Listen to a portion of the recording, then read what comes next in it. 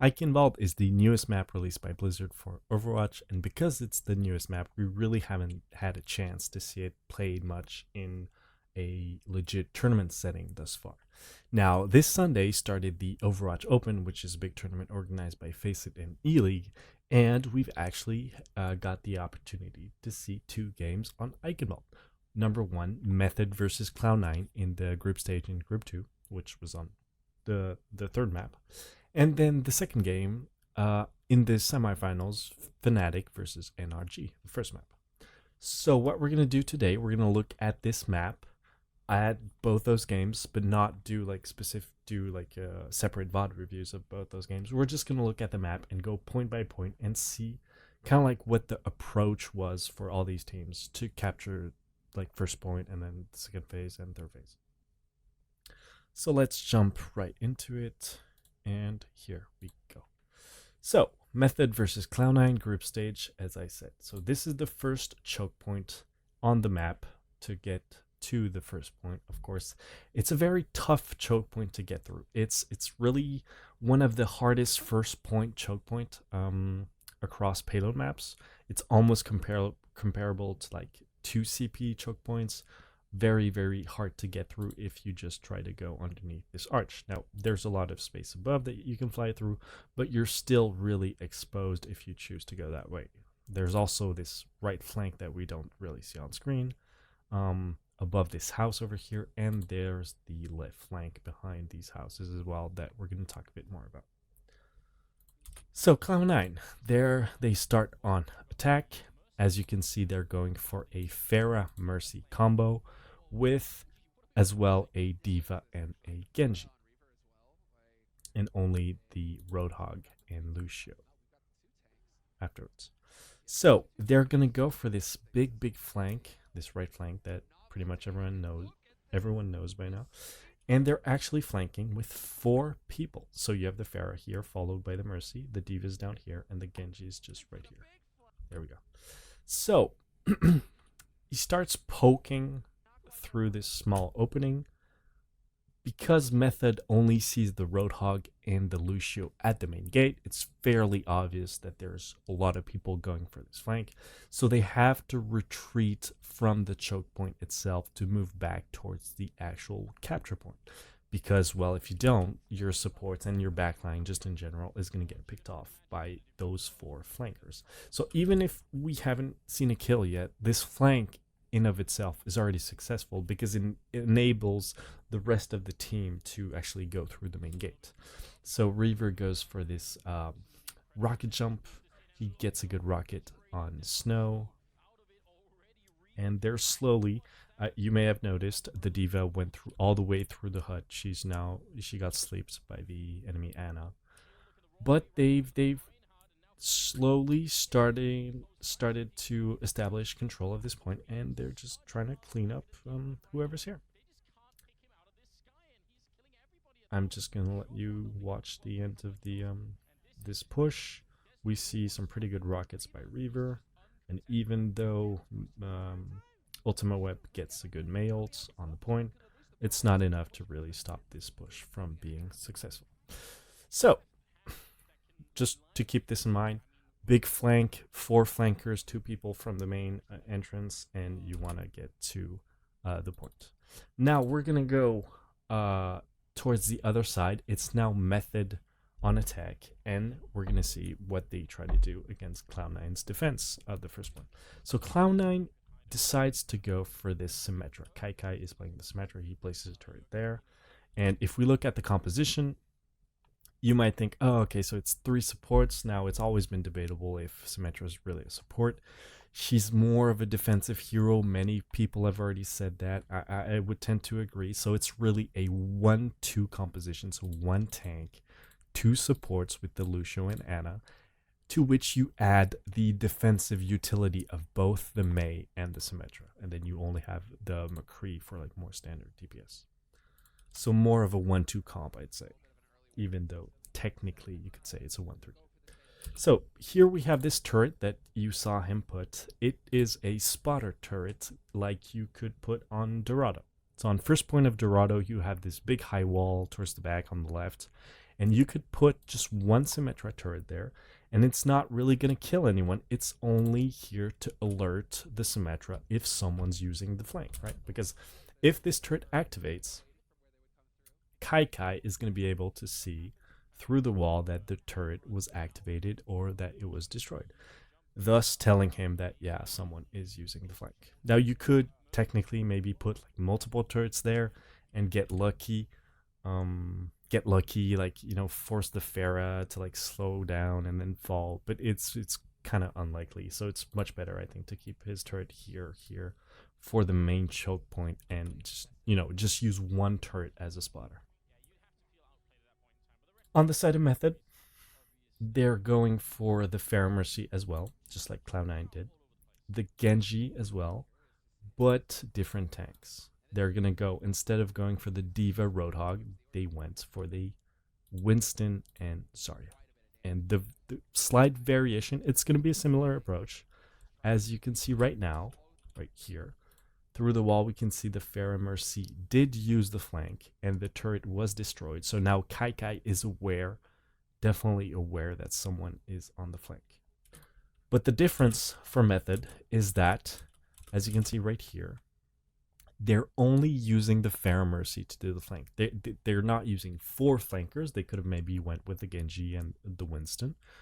But they're actually keeping 4 at the front and only flanking with those 2 people. So the flank is has less numbers, so it's a bit less strong. But the idea of just distracting people to get them away from the choke point is still the same, right? Is it just you have 4 people at the front, 2 in the back, instead of having 2 in the front and 4 in the back. But it's overall a very similar approach.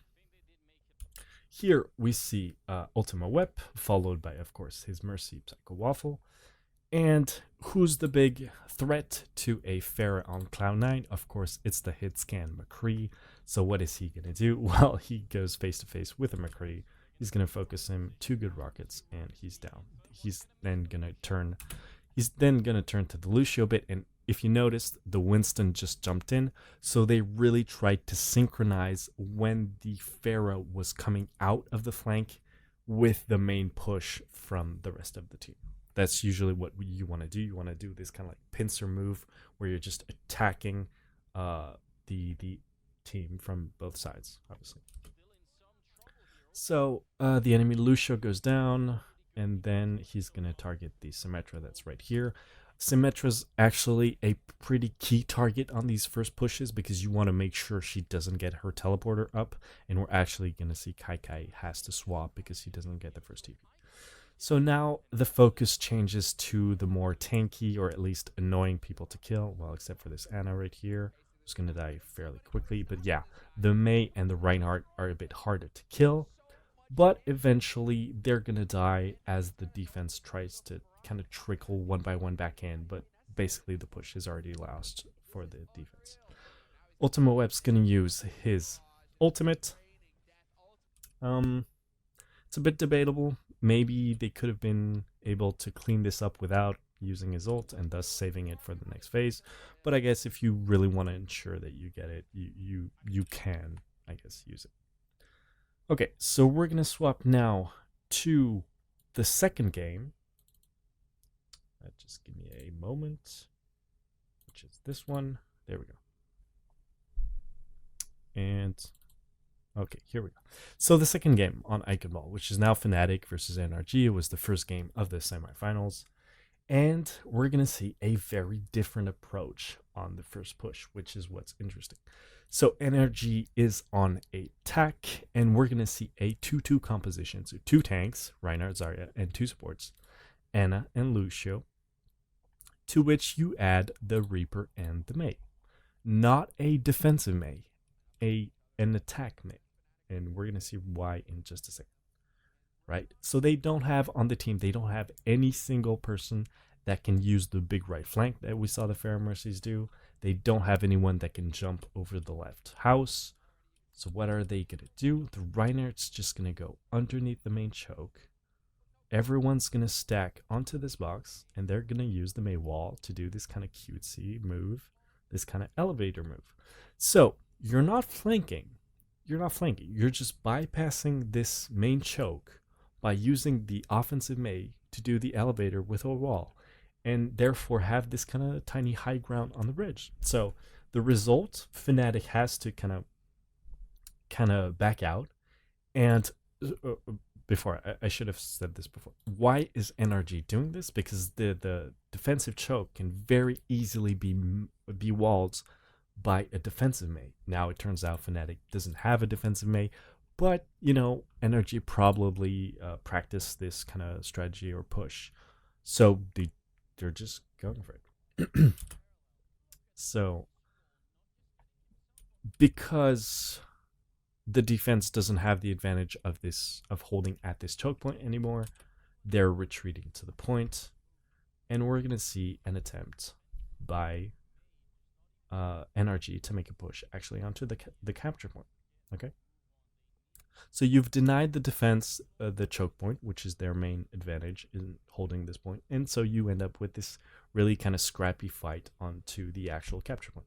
Now Milo goes down, but because NRG actually has the respawn advantage, so the respawn advantage means because your spawn's closer, if one of your guy dies, he's going to be able to get back here relatively faster than the enemy team. So any kind of 1-for-1 trade is at the advantage of NRG right now, just because of how the map's just how the map is basically, and the different times between the defensive spawn and the attack spawn. So they go back for another push. They use the nano boost on Gods, the Reaper, and another kind of sloppy fight. But once again, they have the advantage when they're reinforcing.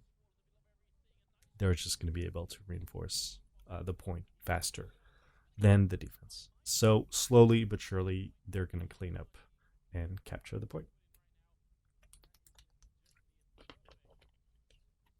All right. So we've done Cloud9, Method, NRG. Now we're going to check out what Fnatic does, which is very cool. So let's look at this composition. Fnatic, still blue side, but now on attack.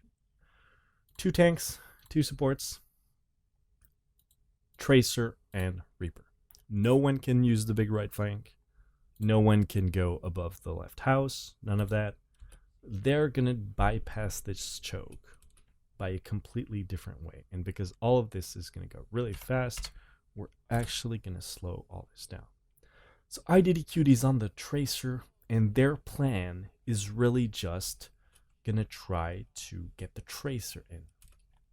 Now, before we actually watch this, NRG on their side, they're doing a 3-2, 3 tanks, Reinhardt, Roadhog, and Zarya, and 2 supports, Lucio and Ana, and only the Mei as kind of DPS, but also she's really here for the utility of her wall, right? So Fnatic's goal is to kind of find a way to deal with that wall, right?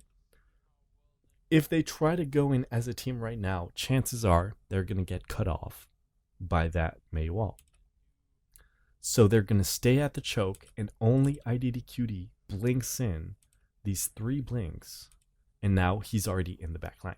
Now, the main team is, we don't see it on screen, but I'm guessing maybe they got walled off, or maybe they're just waiting there, not doing anything for now, waiting for their flanker, IDDQD on Tracer, to really cause damage, or at least chaos, in the enemy backline. He starts focusing Lucio, a support. He kind of feels like the enemy team might be coming back towards him, so he kind of hides in the hut for a bit. But really, the idea here, it's kind of like split pushing in League of Legends. The idea is, if you're alone somewhere on the map, and the enemy team needs to have more than one person come to you to deal with you, basically, the rest of your team has an advantage in terms of numbers somewhere else on the map, right? So if Tracer's alone in the back and they need to send 2 people, then at the actual choke point, that means that Fnatic is 5 versus 4, right? So that's really the goal of just getting your Tracer in there.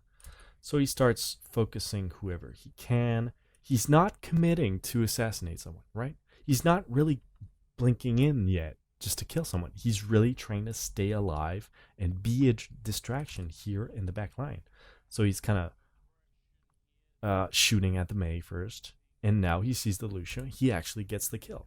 And during that, because he's kind of creating havoc over here, that's when the rest of his team is going for the frontal push. Now, Fnatic are actually going to lose two people. There we go. Both Vanathil and Stoop. So you might be thinking, oh, well, crap. I guess this push didn't quite work out. But IDDQD, he's going to stay in the back line, and he's going to continue to do damage. Now, because they've killed two people in the front, that means, and they now have numbers advantage, right? NRG has 5 people up. Fnatic only has 4. Now they can use more people to try to deal with IDDQD. So here we see the Ana and the Mei coming towards him. He's shooting the Ana. He's blinking back, trying to dodge. He goes for like this very risky recall because he's going to end up in the middle of both of them. But because he's such a good tracer, he's basically insane. He takes out the Ana. Then he's going to blink to the side right now and focus the Mei and get her down. So effectively just 1v2ing like a boss. Now, the tanks come back to him. He goes a bit away from the Reinhardt because if he gets too close, Reinhardt's just going to two-shot him with his hammer. But now he has his ultimate, and he sees this Reinhardt that's showing him his back. So what is he going to do? He's going to try to go for this pulse bomb.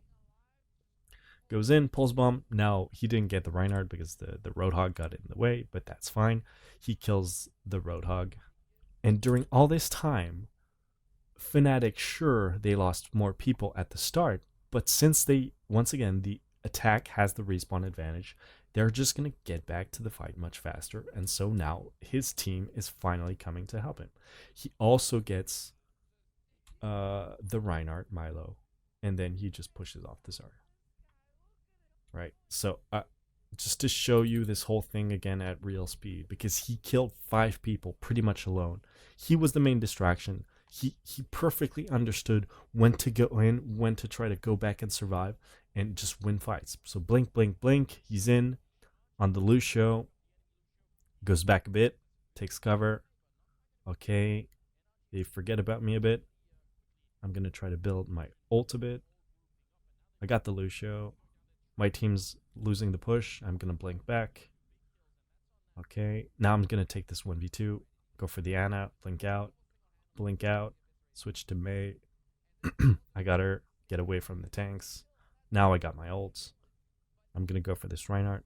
Okay, never mind. Roadhog, bam, bam, bam. Switch to Reinhardt, and my team's already here. This was an amazing play, amazing performance by him, and really, just really cool stuff. But the main thing to understand here, or to remember, is the different approach from Fnatic, right? It's not a elevator Mei wall that NRG did. It's not the whole right flank with a Fair Mercy thing that both Method and Cloud9 did. It's really just, hey, let's get a Tracer in there. She's going to be the distraction. She's going to be the flanker. And then if we get a good pick off, or if, that's a good enough distraction, the main team's going to be able to get back in to help her. Really, really cool stuff. Okay, so now that we're done with the first point, we're going to take a look at the second phase. So, of course, it's a hybrid map. You capture the first point, you unlock the payload, and then you have to push the payload. So, we're just going to look at Method second phase. Interestingly enough, we haven't seen really any team do a good defense on this second phase. And it kind of makes me think that they haven't really figured out how to defend this phase, right? So here we have Debet. He's on this high ground with Reinhardt, and pretty much every team is going to go for this. Kind of traditional. You want to set up on the high ground because it gives you this height advantage over the enemy team. But the problem on this map is that on this high ground, you can be attacked from so many different angles, right? So the payload's underneath over there.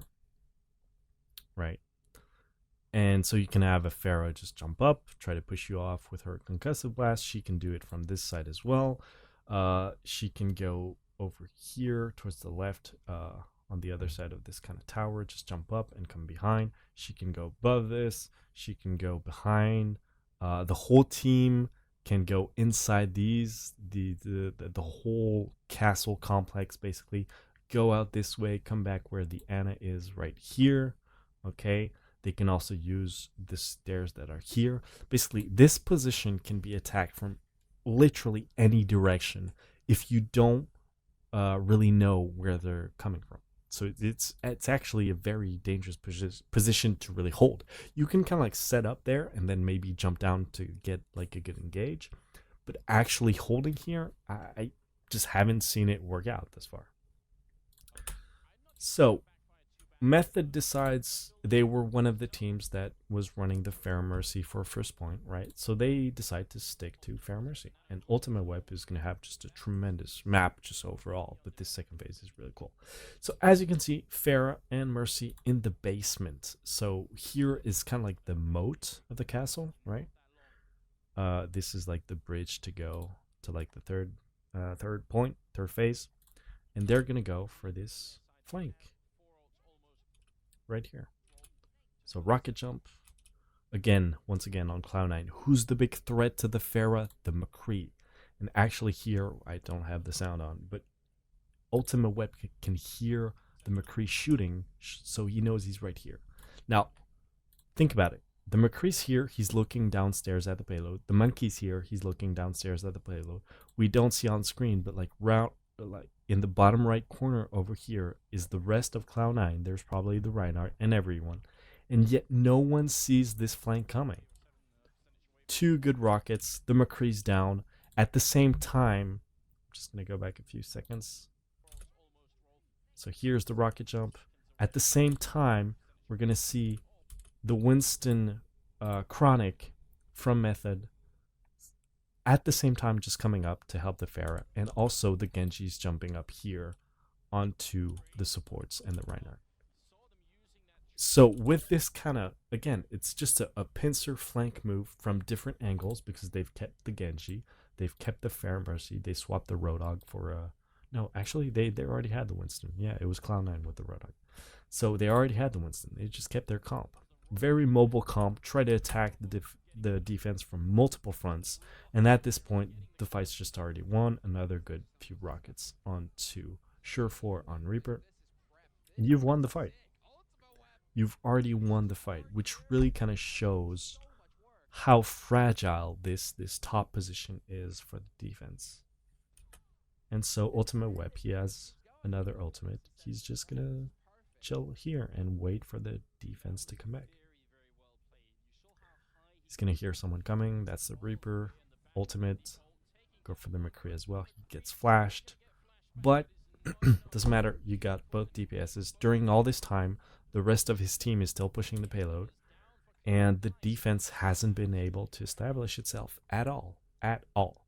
Now, if you look at Cloud9's at Method's defense during this phase, or at the other game, Fnatic versus NRG, some of them were going for the Fair Mercy, some of them were not. Some were just really still focusing on the Tracer and Reaper. That was Fnatic, of course. But really, none of those defenses were able to stop anyone during those second phases. So I really think they haven't tried enough things on that phase to see if it works.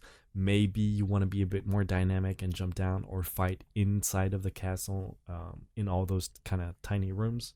But overall, nothing really great to show for. So we're now done with the second phase. We're going to move on to the third phase, and really this big door, this big gate, which is really the big problem with this entire phase, basically. So we're back to the Fnatic NRG game. We're not going to look at all 4 of these teams go through it, just 2 of them, because I think they made a similar mistake. So we're going to try to look at that because it's very important to understand how this door works. So this is NRG on attack. They're running a 2-2 now with Seagull on Genji and Gods on Reaper. And we have another 2-2, but with the Mei on Fnatic. So, of course, the payload gets to the checkpoint. It starts ramming at the gate. 3. Good. Or actually 4. Okay. and it blows up the gate so that the payload can continue. Now, the big problem with this entire like area of the map is that once you have this payload go through the gate, another gate kind of closes behind, right? And so once that second gate closes back down, you only have 3 entrances to this entire phase, right? So it's the tiny window up top, the left gate over here, which is not very big, and there's a similar right gate over here, right? So once this big door closes, you're limited to these 3 small entrances, right? So this is the hardest choke point of any payload map, in my opinion, right? The only one that's kind of close to that is the second phase of Gibraltar, right? So when you're entering the hangar, as soon as the payload goes past, the door closes behind, and then you only have like those 4 kind of doors, 2 on top, 2 on the bottom, right? And so if you don't have momentum going through that part of the map, and the door closes behind you, and then you die, you get wiped, to go back and attack that point is extremely hard. And here we have the same thing happening, right?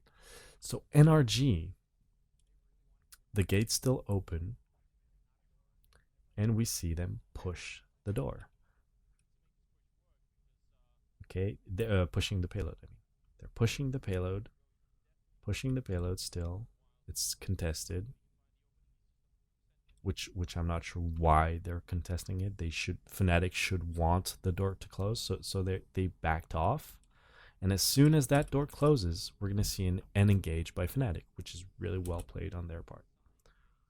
Here, Reaper Buds is trying to be sneaky. Okay, the call is made right about now. The door, as you can see right here, is being closed. And so now you have half of NRG still outside, half inside, and they're just simply going to lose this fight. So we get the Nanoed Reaper. Everyone's trying to get in through the tiny door, and they get absolutely wiped out. And they're in this situation, this problematic situation where the main gate is closed. Let's look at that again. Okay, so they're just closing out the fight. This main gate here is closed, and you only have these 3 tiny entrances to get to this point. So it allows the defense to set up really close to here, and especially if you have a Mei, it's extremely hard to get through, because if you try to come from one side like all at the same time, a good Mei is just going to wall off your tank or like whoever gets in first, and then the whole attack needs to go all around to the other door, or just wait here for the Mei wall to end, or to shoot at the wall to make it go down. It's just a nightmare. It's a nightmare, right? And what we're going to see is NRG is not able to complete the map. They're going to, get a good fight, push the payload a bit further down, but they're not going to finish the map. So we're going to go back to our other game. Here we go. Am I at the good time? Okay, pretty much. So we still have Ultimate Whip on the Pharah for Method. As you can see, they're still fighting to get control of this second phase, to get the second checkpoint. They finally get it, and they're trying to play aggressive in order to pick some people off to stagger the spawns of the defense, right? So if you just keep picking one person, you're forcing the defense to always come back one by one, and they're never going to be able to get a good push onto you, right? So in theory, it's a good idea, right? The problem, and we're going to see that in a few seconds, is that Reaver's going to get a really good ult. He's right here. You can barely see him. High Noon, and he gets 3. He gets Snow, Psycho Waffle, Ultima Web, and Sherful also kills a Chronic on Winston. So you've just got wiped, essentially. Sure, you have 2 people up, but they're gonna have to wait for the entire team. Now the payload right now is not yet through the door, and if they don't push the payload, that door is gonna stay opened, right? It's gonna stay open, but they're around the payload. They're pushing the payload. It almost went through the door.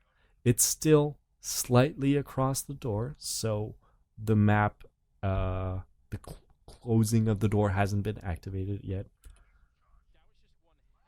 And instead of waiting for the payload to go back, right? Because this door being open gives you options of where to go, right? If you keep this door open, if you go through this left gate over here and the fight doesn't go well, you can retreat very quickly through this main door and hopefully without pushing this payload out completely, right? So you just have like this big extra entrance to go through. And what does this do, right? We said earlier, when this door's closed, it enables the defense to hold really far up close, like right here. And the Mei can close this door, the Mei can wall this door, right? But here, as you can see, Cloud9 can't do that, right? Because there's still this big, large opening that they can get poked through, that the enemy team can come through or just retreat, right?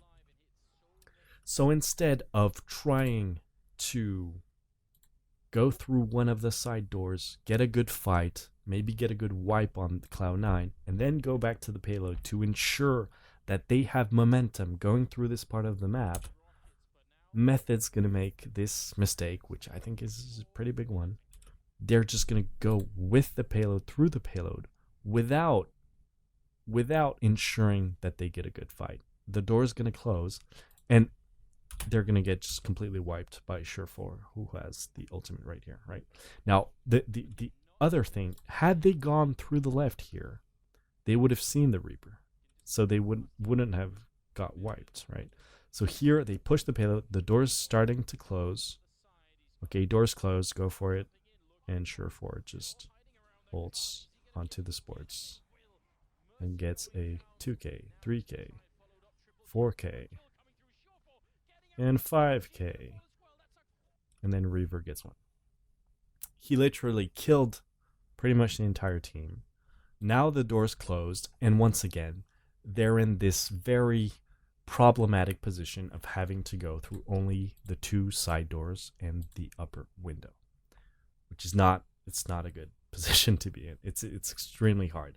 Now Method, they still managed to get through that, to get a good push and to actually win this map against Cloud9, which is amazing. I don't even know how they pulled it off.